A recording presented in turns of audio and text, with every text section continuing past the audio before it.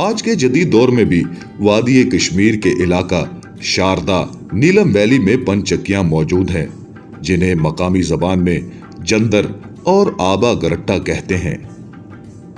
پن چکی کی اپنی ایک تاریخ ہے، جو کہ موجودہ دور میں بھی کئی علاقوں میں آٹا پیسنے کا ذریعہ ہے۔ کشمیر میں یہ بات مشہور ہے کہ لذیذ اور خوش ذائقہ اور صاف شفاف روٹی کھانی ہے تو پن چکی سے آٹا پسوانا لازمی ہے۔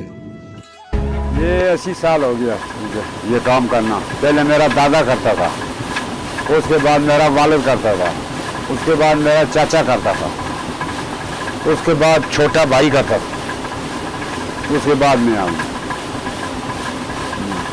یہ ہمارا جو یہ ٹھی ہے، بس اس میں مزدوری کرتے ہیں، ہمارا اپنا گزارا ہوتا ہے، اور ہمیں کچھ ایسا کوئی ہماری نوکری نہیں ہے، کچھ اور نہیں ہے، کوئی اور کاروبار نہیں ہے، یہ بس چلایا ہے پانی کے ساتھ۔ تو اس میں بھی بہت بڑی محنت ہے۔ ایک سال کی مزدوری اس کی جو ہوتی ہے نا، وہ مستری کے ساتھ لگ جاتی ہے، ایک سال ہمیں فائدہ ہوتا ہے۔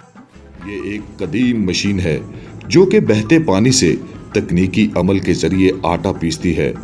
لوگ چاول، مکئی، گندم، سوکھی ہوئی مرچ وغیرہ اسی چکی سے پسوا کر لے کر جاتے ہیں۔